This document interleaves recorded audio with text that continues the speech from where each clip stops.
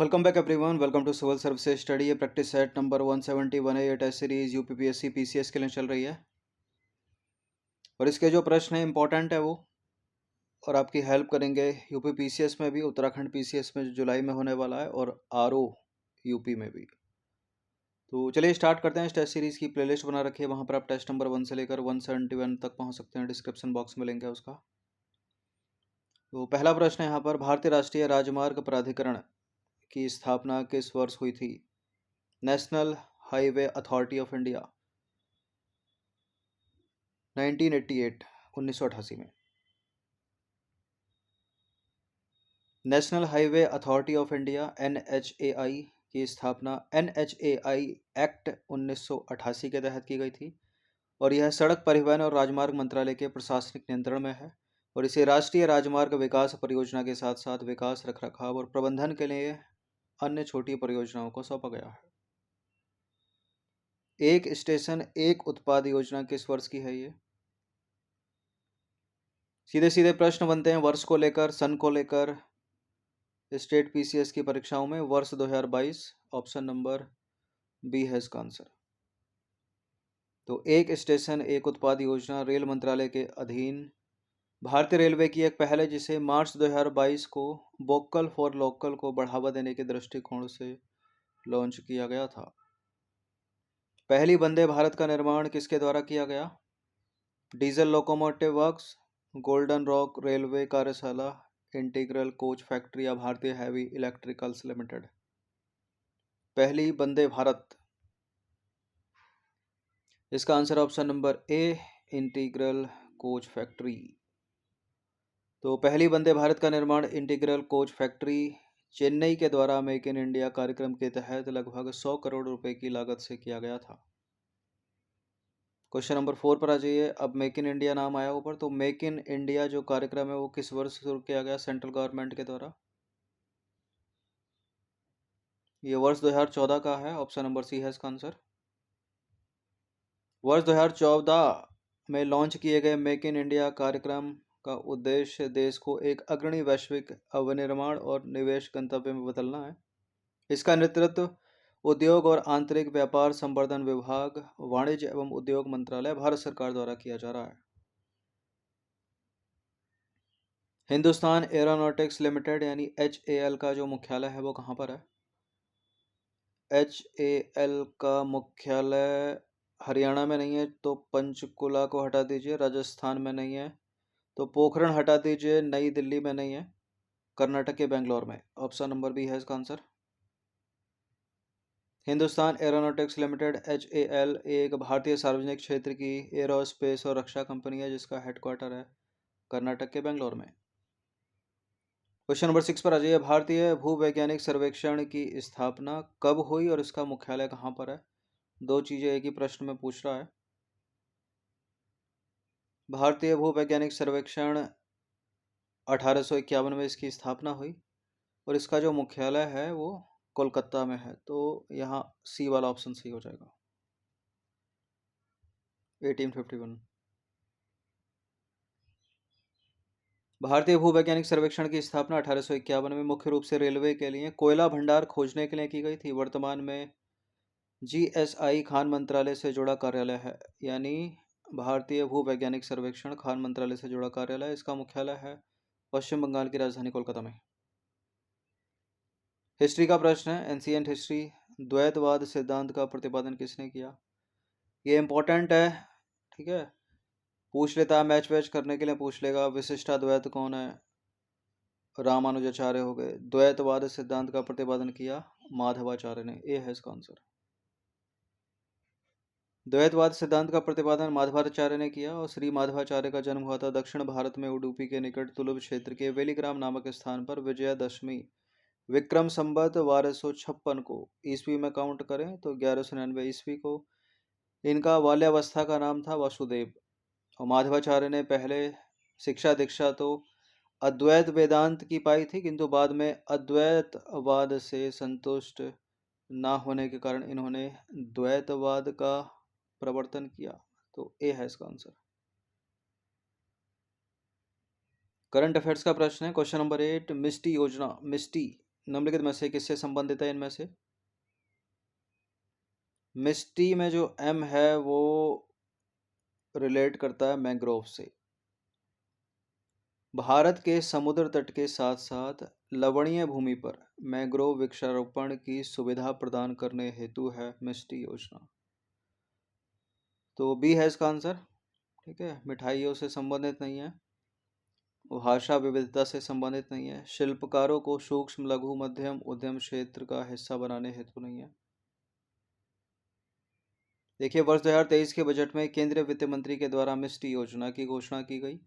मिस्टी यानी mangrove initiative for shoreline habitats and tangible incomes. इसका मुख्य उद्देश्य है भारत के समुद्र तट के साथ साथ लवणीय भूमि पर मैंग्रोव वृक्षारोपण की सुविधा प्रदान करना। और यह योजना जो है वो मनरेगा कैंपा फंड एवं अन्य स्रोतों के मध्य अभिसरण के माध्यम से संचालित की जाएगी।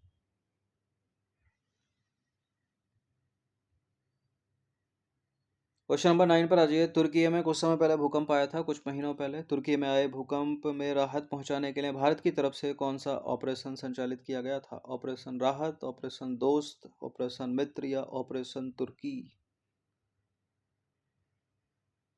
ऑपरेशन तुर्की नहीं है, ऑपरेशन राहत नहीं है, ऑपरेशन मित्र भी नहीं है। इसका आंसर है ऑपरेशन दोस्त, ऑप्शन नंबर बी।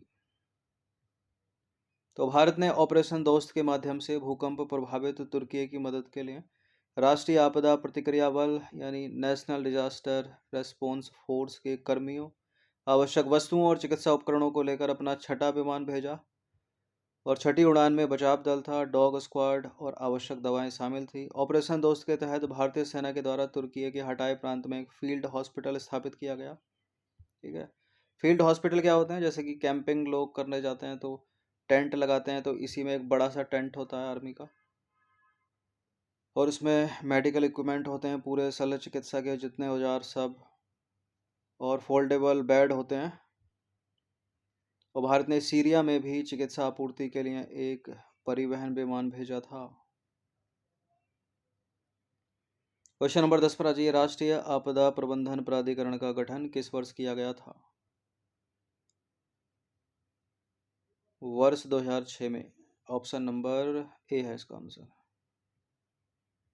राष्ट्रीय आपदा प्रबंधन प्राधिकरण आपदा प्रबंधन के लिए भारत का सर्वोच्च वैधानिक निकाय है। और राष्ट्रीय आपदा प्रबंधन प्राधिकरण का गठन औपचारिक रूप से 27 सितंबर 2006 को आपदा प्रबंधन अधिनियम 2005 के द्वारा किया गया था। राष्ट्रीय जांच एजेंसी एनआईए की स्थापना निम्नलिखित में से किस वर्ष की गई थी? देखिए, 2008 में जो मुंबई हमला हुआ था उसी के बाद इसकी स्थापना अगले वर्ष कर दी गई, यानी 2009 में कर दी गई। तो ऑप्शन नंबर ए है इसका आंसर। वर्ष 2008 में मुंबई आतंकी हमलों के बाद वर्ष 2009 में राष्ट्रीय जांच एजेंसी एनआईए अधिनियम 2008 के तहत राष्ट्रीय जांच एजेंसी की स्थापना वर्ष 2009 में की गई। यह गृह मंत्रालय के तहत संचालित होती है। और एनआईए अधिनियम 2008 में संशोधन करते हुए जुलाई 2019 में राष्ट्रीय जांच एजेंसी संशोधन अधिनियम 2019 भी पारित किया गया था।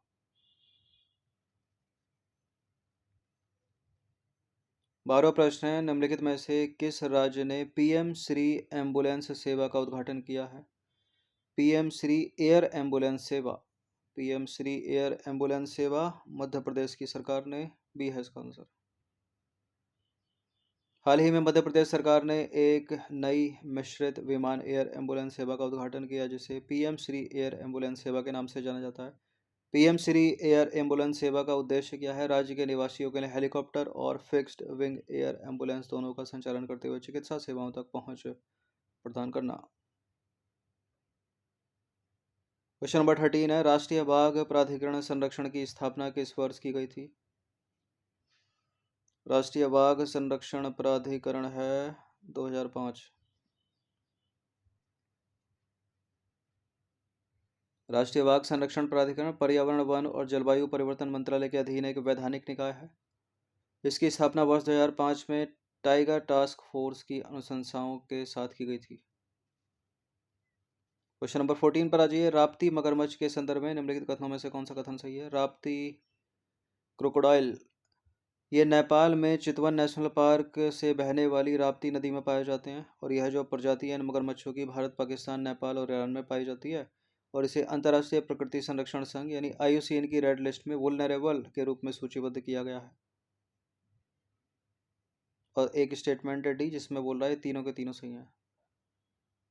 संकटग्रस्त तो नहीं है राप्ती मगरमच्छ, वुलनरेबल ही है, सुवैध है। भारत, पाकिस्तान, नेपाल, ईरान में पाए जाते हैं बिल्कुल। और चितवन नेशनल पार्क है नेपाल का, वहाँ से बहती है राप्ती नदी। तो सारे के सारे सही हो गए, तो डी है इसका आंसर। चर्चा में क्यों है ये राप्ती मगरमच्छ?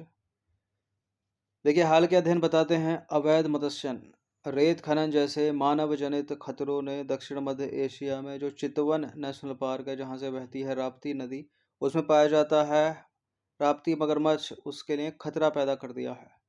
ठीक है, अवैध मत्स्यन ने और खननकार ने। अब ये जो चितवन नेशनल पार्क है ये बिहार के वाल्मीकि टाइगर रिजर्व से लगा हुआ है। ठीक है, और जो बिहार का वाल्मीकि टाइगर रिजर्व वो बिहार का एकमात्र बाघ अभयारण्य है। वर्ष 1973 में स्थापित चितवन नेशनल पार्क नेपाल का पहला नेशनल पार्क है और इस नेशनल पार्क में एक सींग वाले एशियाई गैंडों की अंतिम अवधि रहती है।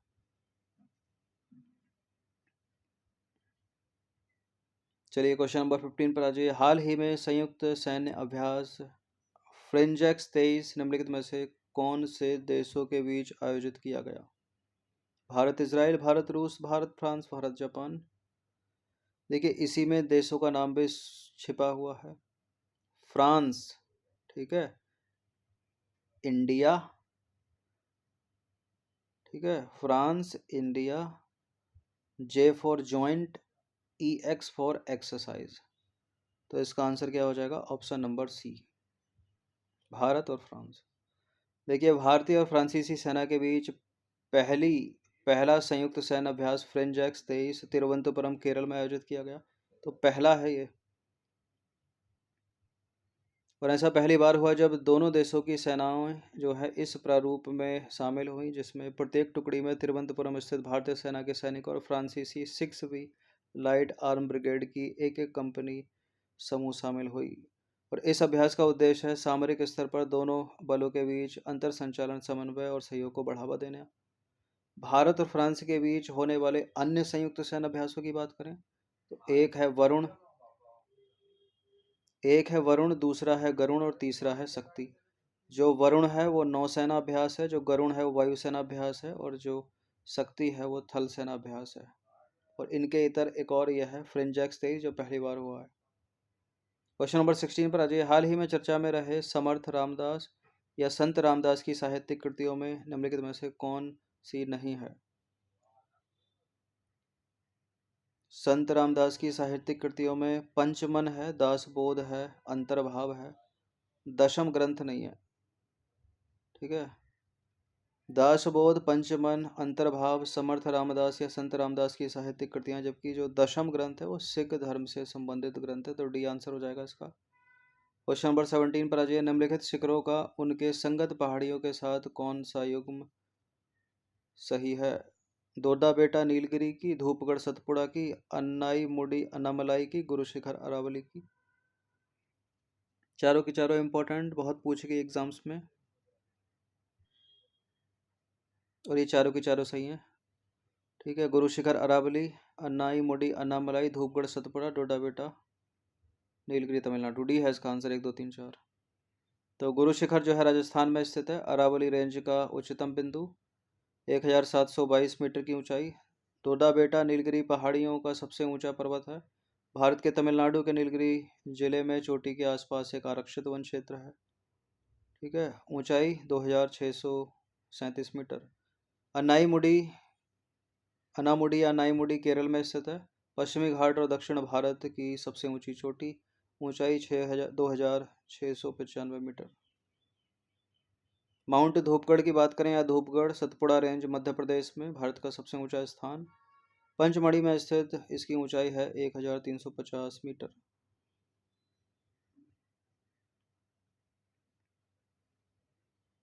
ठीक है, मध्य भारत में सबसे ऊंचा स्थान। क्वेश्चन नंबर 17 पर आ जाइए। भारत में पहली बार इलेक्ट्रॉनिक वोटिंग मशीन यानी ईवीएम का उपयोग इस्तेमाल कब किया गया था? उपयोग या इस्तेमाल पूछ रहा है।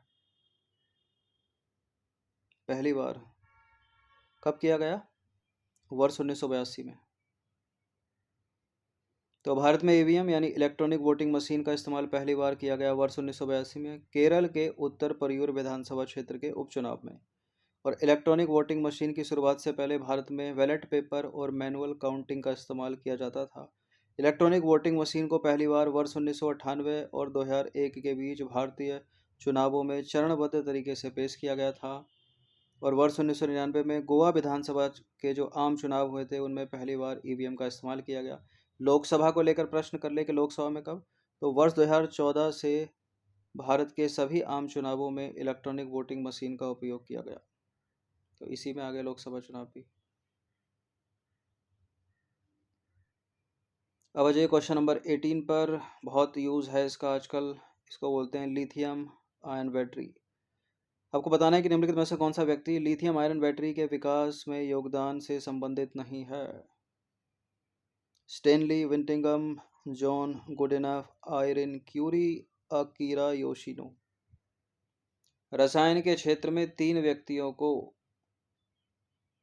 वर्ष 2019 में नोबेल पुरस्कार से सम्मानित किया गया था लिथियम आयरन बैटरी के विकास में योगदान देने के लिए। स्टेनली विंटिंगम, जॉन गुडिनफ, अकीरा योशिनो। तो आयरन क्यूरी हटा दीजिए, नहीं अपने को बताना है, तो आयरन क्यूरी ही इसका आंसर है। तो स्टेनली विंटिंगम, जॉर्ज गुडिनफ, अकीरा योशिनो को लिथियम आयरन बैटरी के विकास में उनके योगदान के लिए रसायन विज्ञान के क्षेत्र में वर्ष 2019 के नोबेल पुरस्कार से सम्मानित किया गया।